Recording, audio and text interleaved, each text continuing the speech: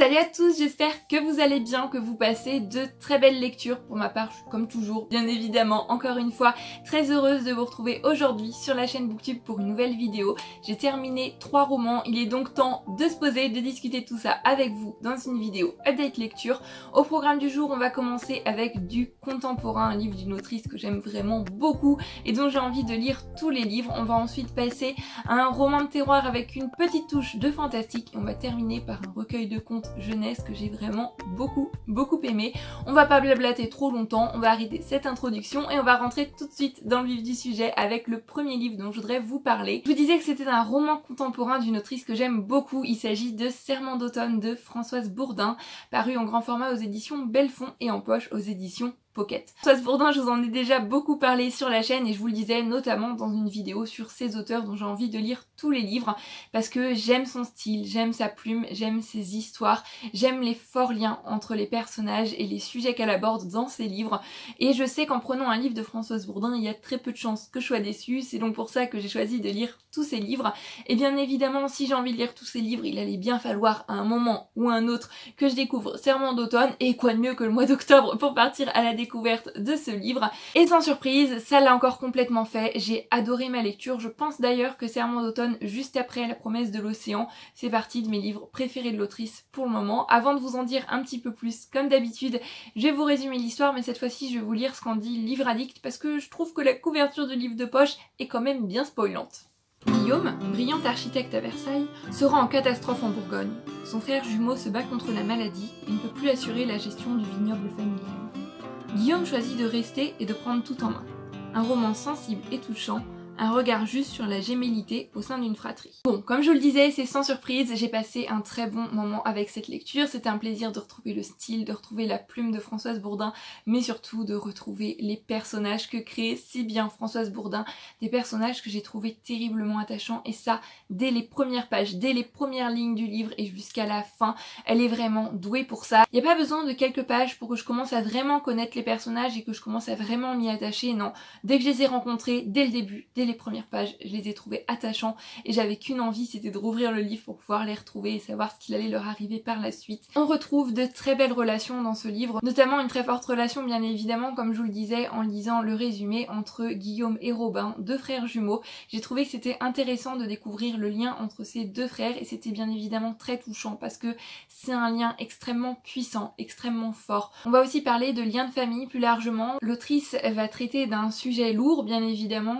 c'est la maladie. On va découvrir le point de vue de la personne malade. Elle va parler bien sûr aussi du point de vue de ses proches. Bien sûr ici principalement de Guillaume, son frère jumeau. Donc, voilà, des frères qui ont vraiment un lien très fort. On va aussi parler de la maladie dans le couple. Là, ça peut modifier les choses d'un côté comme de l'autre. Voilà, tous ces sujets m'ont beaucoup touchée. En plus de ça, on a une autre relation très forte mais en même temps très complexe, c'est celle d'un père et son fils. Je vous en dis pas plus pour ne pas vous spoiler, mais j'ai trouvé que c'était une relation vraiment très intéressante et encore une fois, au niveau de la psychologie des personnages, j'ai trouvé que c'était vraiment très bien écrit, très bien fait de la part de Françoise Bourdin. Elle sait créer des personnages attachants, elle sait parler de lourds sujets avec beaucoup de justesse, je trouve, et transmettre beaucoup d'émotions.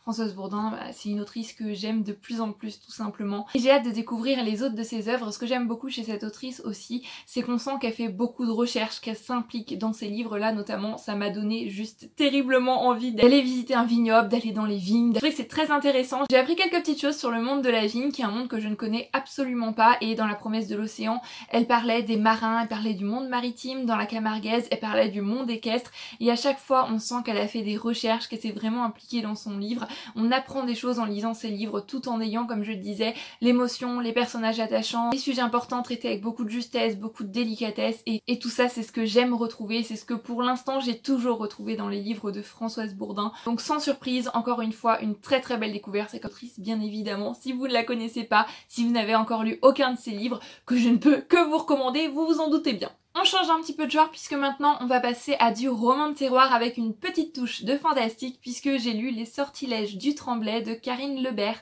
paru aux éditions France Loisirs. Alors le roman de terroir, c'est un genre que j'ai découvert il y a pas très longtemps, mais dont je commence petit à petit à tomber amoureuse, un genre que j'aime vraiment énormément. Donc quand en allant farfouiller dans la bibliothèque chez ma grand-mère, je suis tombée sur ce livre qui avait l'air d'être un roman de terroir mêlé à de l'historique avec une petite touche de fantastique, sorcellerie, malédiction, vous vous doutez bien, non seulement ça rentrait parfaitement pour le Pumpkin Autumn Challenge, c'est une lecture d'automne juste parfaite, mais ça pouvait que m'interpeller, ça pouvait que me faire envie, donc je me suis dit ça c'est le livre parfait, je vais le lire en octobre, je pense que je vais passer un très bon moment et finalement je ressors assez mitigée de cette lecture, je vous lis la 4e de couverture et je vous en dis un petit peu plus après. En Bretagne, sur plusieurs générations, une famille de dentelières dotée de pouvoirs de sorcellerie est liée par un mystérieux sortilège aux héritiers du manoir du Tremblay.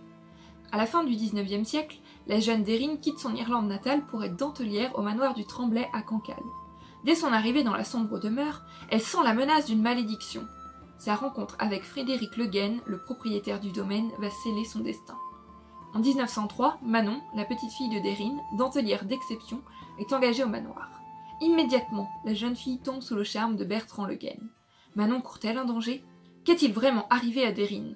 Au Tremblay, la malédiction qui poursuit sa lignée n'a pas fini de sévir. Que de mystère, que de suspense dans cette 4e de couverture. On va commencer par les points positifs parce que je trouve que c'est quand même plus sympa de commencer par le positif. Il y avait quand même de très bonnes idées, cette idée de sorcellerie, cette idée d'une malédiction un petit peu mystérieuse parce que finalement on sait pas trop en quoi ça consiste, on sait pas trop pourquoi est-ce qu'il y a cette malédiction. J'ai trouvé que c'était une super idée. Il y a de très bons personnages qui sont très attachants aussi, avec une bonne psychologie bien menée de la part de l'autrice. Il y a un thème très fort qui ressort de ce livre, c'est la vengeance, la colère et je dirais même par moments en avançant dans le livre la haine. Une haine qui va se transmettre de génération en génération et ça devient vraiment quelque chose de très fort pour l'un des personnages principaux, ne vit plus que pour cette haine et petit à petit on voit les autres membres de la famille des générations suivantes qui commencent à se poser des questions sur pourquoi cette haine? Est-ce que c'est vraiment juste 4-5 générations plus tard, une famille qui continue à en détester une autre pour quelque chose que leur arrière-grand-père aurait fait parce que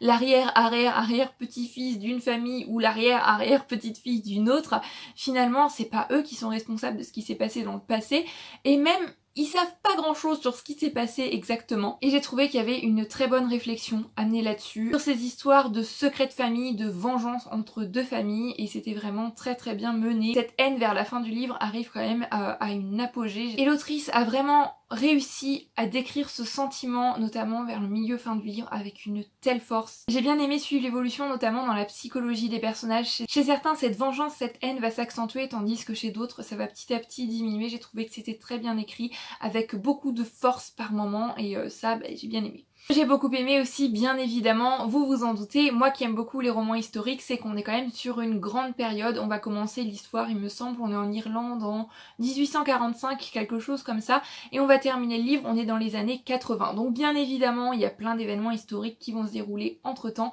et j'ai aimé qu'on parle notamment de la famine en Irlande. On va bien évidemment aussi parler de la Première Guerre mondiale, de la Seconde Guerre mondiale, toujours du point de vue de cette famille, et bien évidemment quand on traite d'une grande période comme ça, de beaucoup de sujets historiques, ça peut que me faire envie, ça ne peut que m'intéresser, mais malheureusement c'est vrai que le livre il est quand même assez petit, donc finalement tout ça reste assez survolé, mais les quelques petits éléments que j'ai retrouvés, ça m'a fait plaisir. Mais comme je vous le disais quand j'ai commencé à vous parler de ce livre, c'est une lecture de laquelle je ressors un petit peu mitigée, on va dire, parce que il y a presque plus de choses que j'ai pas tellement appréciées dans ce livre que de choses que j'ai aimées, et dans l'ensemble j'ai trouvé que ce livre était brouillon. J'ai eu l'impression que l'autrice avait envie finalement de faire une histoire secrète famille, mais qu'elle a mis beaucoup de personnages et dans les liens entre eux, dans leur degré de parentalité, est-ce que c'est l'arrière, et finalement en tous les cas moi par moment je m'étais perdue dans les personnages, j'étais en train de me dire alors le père de celui-là c'est celui-là. Je trouvais vraiment cet aspect brouillon, le livre aurait mérité plus de pages pour qu'on prenne vraiment le temps de s'attarder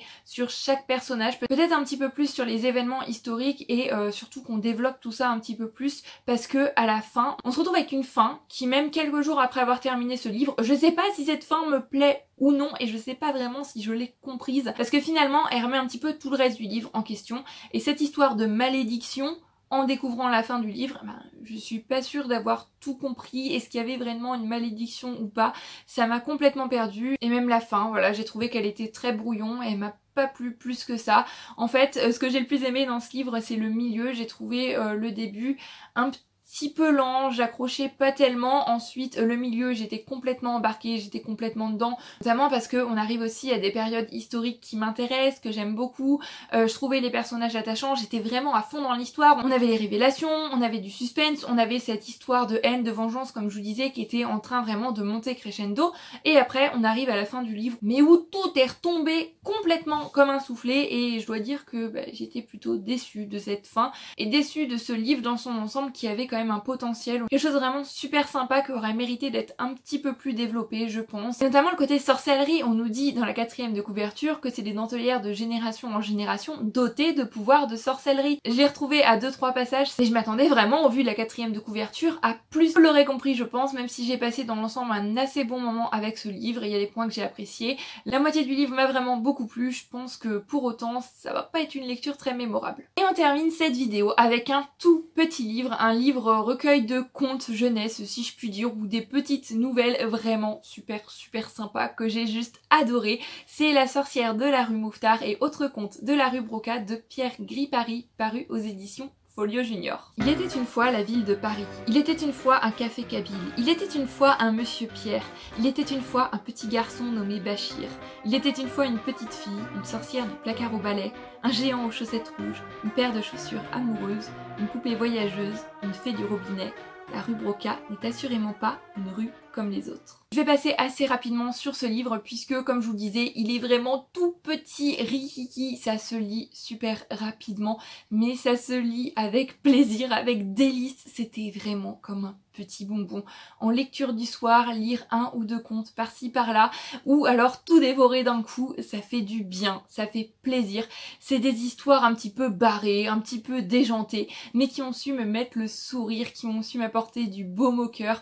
J'ai vraiment adoré ce recueil de contes nouvelles et une chose est sûre, j'ai hâte de découvrir d'autres livres de Pierre Gripari parce qu'il a complètement su m'embarquer dans son univers. J'ai aimé l'idée aussi qu'on ait des personnages, si je puis dire, qui soient récurrents, que l'on retrouve dans plusieurs histoires. D'ailleurs, ça m'a fait penser qu'il y avait des dessins animés qui avaient été faits d'après ce livre-là, d'après ces contes de la rue Broca qui devaient passer quand j'étais petite, quelque chose comme ça. Mais je suis complètement passée à côté, je les ai jamais vus. Et après avoir découvert ce livre, eh bien, ça me donne bien envie de partir à la découverte des dessins animés. En tous les cas, les contes de la rue Broca, super moment de lecture. Je recommande ce livre vraiment chaudement, vivement, aux plus petits comme aux plus grands. Un livre vraiment doudou par excellence, un livre vers lequel se tourner quand ça va pas, quand on a un petit coup de mou, quand il fait tout gris dehors. C'était vraiment une super découverte. Voilà, c'en est tout pour cette vidéo update lecture, j'espère qu'elle vous aura plu comme d'habitude. Bien évidemment, si vous avez lu l'un de ces livres, si vous avez envie de découvrir l'un de ces livres, ou si vous avez, vous, regardé le dessin animé de la rue Broca et ce que vous en avez pensé, n'hésitez pas à me laisser un commentaire, c'est toujours un plaisir d'aller discuter avec vous par ici. Pour ma part, je vous fais comme d'habitude à tous plein de bisous. Je vous souhaite de très belles lectures et je vous dis à bientôt sur la chaîne Booktube pour une nouvelle vidéo. Prenez grand soin de vous. Bye bye.